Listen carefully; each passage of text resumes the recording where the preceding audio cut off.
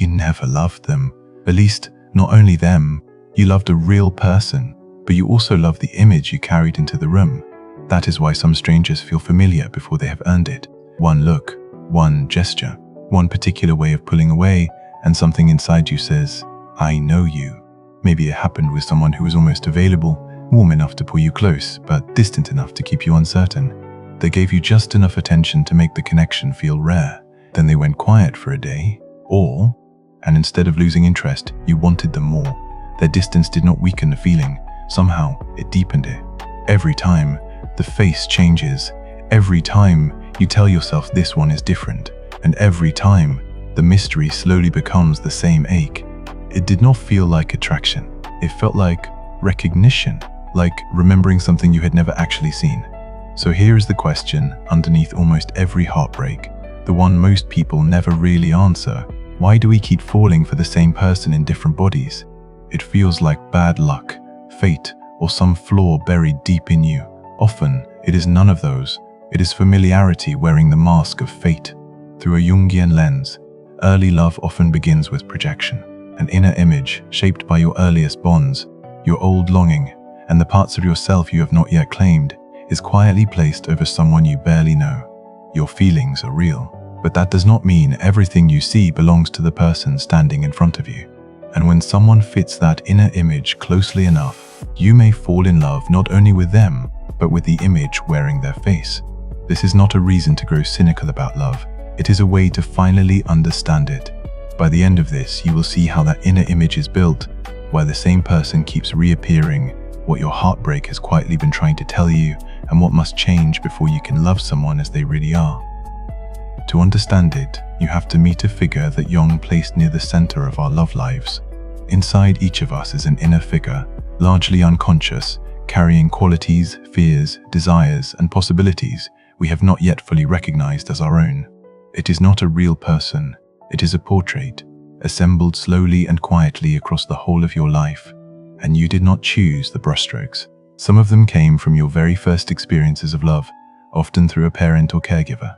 The warmth or the coldness of that first bond, the things you longed for, and the things you learned to fear, all of it went into the picture. Some of it came from the stories you absorbed without noticing, the films, the songs, the old myths of the one who would finally see you completely. And some of it came from inside you, from the parts of yourself you were never encouraged to develop and quietly handed to someone else to carry. Jung described these inner figures through the Anima and Animus. His language was gendered and belonged to his time, but the broader insight remains useful. We are often most captivated by the very qualities we have not recognized or not allowed in ourselves. Someone taught to suppress their tenderness may be overwhelmed by tenderness in another person. Someone taught to doubt themselves may be captivated by certainty. And someone who has lived under constant control may fall hardest for the one who seems completely free. Over the years, this inner portrait sharpens into something you can almost describe: a type, a certain look, a certain energy, a quiet pull in the chest when someone matches it. You already know your type. You could probably list it. The kind of person who makes you lean in before they have even spoken. So when you finally meet someone who matches the portrait, what floods through you is not only about the stranger in front of you, it is also the shock of seeing your own inner image suddenly alive in the world. Falling in love, in this view, is a very specific event. It is the moment that inner portrait finds a living person to settle onto. A useful way to picture it is as an image thrown from a projector onto a screen. The picture begins inside the machine, yet once it lands on the screen, it appears to belong there. So a real person walks into your life with a few of the right features: a gesture, a voice, a familiar way of looking away, and the image leaps onto them. From that moment, you are no longer seeing only them. You are seeing them lit up by everything you have ever wanted. And here is the key to the whole thing. Projection thrives on missing information. The less you actually know about someone, the more room your mind has to complete them. A voice, a look, a familiar distance, and your inner image quietly fills in all the rest. This is why early love feels the way it does. The certainty, the sense of destiny, the feeling that you have finally come home. It is why the first weeks can feel almost unreal. You think about them constantly, you reread their messages. The whole world seems to rearrange itself around one person. That intensity is real, but it is worth being honest about where it comes from. Much of it is the power of your own image, not yet the weight of a real relationship. It is also why, in the beginning, you cannot see them clearly. You fill every gap in them with your own picture, and when details do not fit, you may soften them, excuse them, or promise yourself they will change. The image does not want to be interrupted. The friend who gently raises a concern is not being cruel. They may simply notice the details your idealization keeps editing out. And this matters, because seeing your projection does not mean ignoring reality. Sometimes idealization makes you excuse cruelty. The goal is not to distrust your own judgment. It is to separate what a person actually, repeatedly does from the story you have placed over them. Now we can answer the question we started with. Why the same type, the same person, the same ending, again and again? Because the image is yours. You carry it from one relationship to the next, and so you keep casting the same role and recruiting new actors for a part you wrote long ago. The faces change, the pull does not. You are drawn over and over to whoever fits the portrait your history has taught you to recognize. Think about what that looks like in real life. Picture someone who keeps falling for people who are just out of reach. The charming one who never quite commits. The brilliant one who is always half somewhere else. Each time, the beginning is electric. And each time, they tell themselves this one is different. This one will finally choose them. This one will stay. But look closely, and it is the same person in a new coat. The same distance that felt like mystery in the first month becomes the same ache by the sixth. They are not unlucky in love. They are loyal to an image. Somewhere, being made to reach for love feels more like love than being simply, easily chosen. For someone else, the role looks completely different. They do not fall for distance. They fall for damage. They meet the person with the complicated past, the unfinished crisis, the potential that no one else can see. Very quickly. At first, being needed feels like intimacy. The late-night calls feel like trust. The confessions feel like proof that this person has finally let someone in. But slowly, the relationship becomes one person rescuing and the other being rescued. One carries the plans, the apologies, the emotional weight. Then someone steady appears. Someone who does not need saving. And there is no spark. Not because the steady person has nothing to offer, but because being calmly loved does not activate the familiar role. Without a crisis to solve, the rescuer does not quite know who they are in the relationship. One person keeps reaching for someone distant, another keeps carrying someone wounded. The roles look different, but the unconscious promise is the same. If I can finally make this one work, an old wound will get a different ending. And this is not about blame. No one sits down and plans to repeat their own heartbreak. The pattern can activate in an instant, long before the thinking mind catches up. A child who repeatedly had to reach for a parent's attention may later find emotional distance strangely familiar, not because they want to suffer, but because some part of them is still hoping to change how the story ends. Jungian psychology describes part of this pattern through projection. Modern attachment theory offers another lens. Early relational patterns can shape what later feels familiar. It is not that you consciously decide any of this. It is that the familiar feels like fate. The old pattern lights up, and you mistake recognition for destiny. This is one reason warnings can fail to land. Others may see the pattern, but from the inside it does not feel like a pattern. It feels like the one. Which brings us to a distinction that could change how you date. The difference between chemistry and compatibility. Chemistry tells you that something inside you has been activated. It does not tell you what activated it. Sometimes it is genuine attraction, sometimes admiration, sometimes familiarity, and sometimes it is an old wound. Compatibility is different. It cannot be discovered across one electric evening. It shows up slowly, in consistency, in honesty, in how two people repair things, and in how they treat each other when neither is trying to impress. Chemistry can be instant. Knowing someone cannot be. So the mistake is not feeling the spark. The mistake is treating the spark as evidence about a person you have not yet had the time to know. Every projection has the same fate. Sooner or later, the real person steps out of the frame you drew for them. They do something ordinary, something human, something the image never allowed. They get tired or afraid or small. They want things you never wrote into the script. And slowly, the glow begins to fade.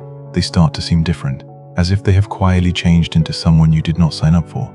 Picture the moment it happens. Not a betrayal, not a fight, something almost too small to name.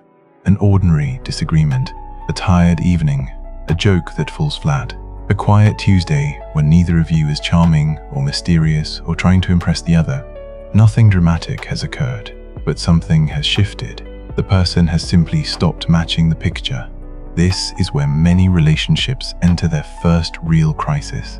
The spark seems to go out, and you tell yourself you have fallen out of love. But here is the turn. Perhaps they did not suddenly become smaller. Perhaps the projection began to thin. And sometimes, the day you think you fell out of love is the first day you begin to see them clearly. As the image thins, a real, complex, limited human being finally comes into view. That is a hard thing to sit with, because you may be grieving two losses at once, the real person and the future your projection had quietly built around them. Now, a word of caution here, because this idea can be turned against you. Not everything that goes wrong is the projection lifting. Sometimes the discomfort you feel is accurate. Sometimes the person really is unkind, or dishonest, or simply wrong for you, and your unease is not disillusionment, it is your judgment finally working. So hold both truths at once. Projection can make you leave a good person too early, and it can make you stay with a harmful person far too long. In one case, you punish reality for failing to match the fantasy. In the other, you use the fantasy to excuse what reality keeps showing you.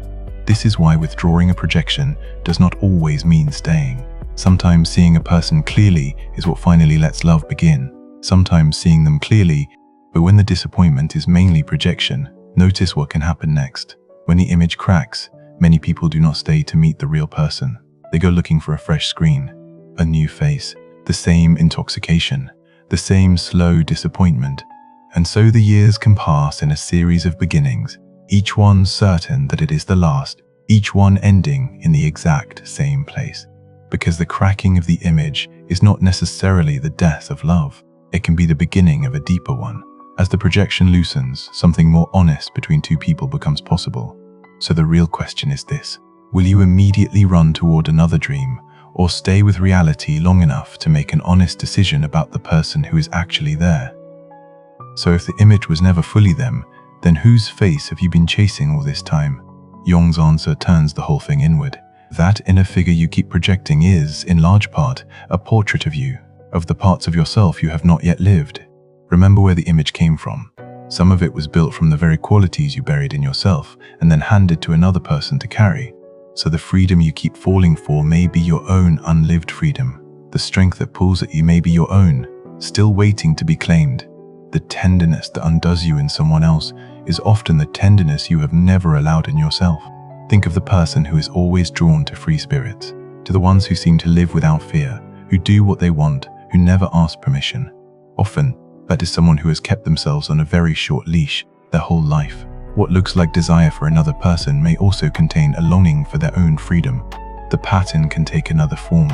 The person forever drawn to calm, steady partners is often someone who has never felt steady inside. They are reaching through another. This is why the search never quite ends out there. You are trying to reach a part of your own soul by way of another person, and no other person can hold it for you for long. Seen this way, some of your most powerful relationships were not verdicts on your worth, they were messengers. Those relationships may have carried a picture of something inside you that was asking to be developed, something you admired in them because it was still asleep in you. And when someone leaves, or when the image finally cracks, the deepest loss is not only the person, it is the part of yourself you had outsourced to them. But that part does not leave with them.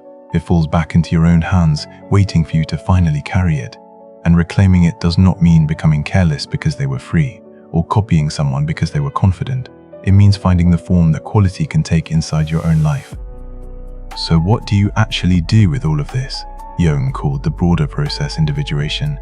In relationships, one part of that work is learning to withdraw the projection and to carry more of those qualities yourself. It starts with a single honest question in the middle of that overwhelming pull. Not, is this fate? But, what am I seeing in them that I have not yet claimed in myself? The feeling of destiny is not proof of anything. It is a signal, something in your own depths recognizing itself in someone else and calling you home by the longest possible road. In practice, it begins by letting the idealization slow down, by meeting the real person a little more and the dream a little less before you decide who they are.